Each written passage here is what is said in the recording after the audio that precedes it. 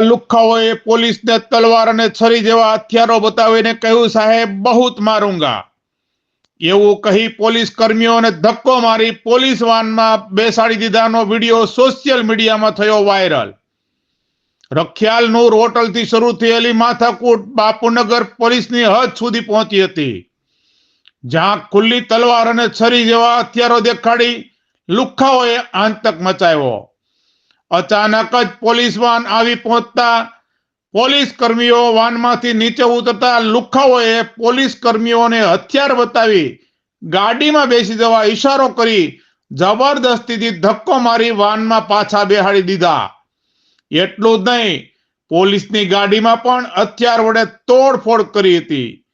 બનાવની જાણ થતા ઉચ્ચ પોલીસ અધિકારીઓ પણ રાત્રે ઘટના સ્થળે પહોંચ્યા હતા.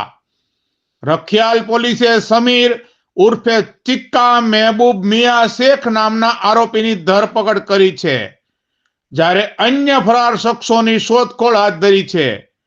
2 પોલીસ કર્મીઓ આ લુખ્ખાઓ આગળ બકરી બે બની ગયા હોય તેવું સ્પષ્ટપણે વિડીયોમાં જોવા મળી રહ્યું છે. પોલીસ સૂત્રો પાસેથી મળતી માહિતી પ્રમાણે પોતાની ફરજમાં પાલન ન કરવા સંદર્ભે તાત્કાલિક એક્શન ન લેવા બાબતે ઇન્ચાર્જ ઝોન 6 ડીસીપીએ હેડ કોન્સ્ટેબલ ખુમાનસિંહ અને કોન્સ્ટેબલ મિતેશ કુમારને સસ્પેન્ડ કર્યા.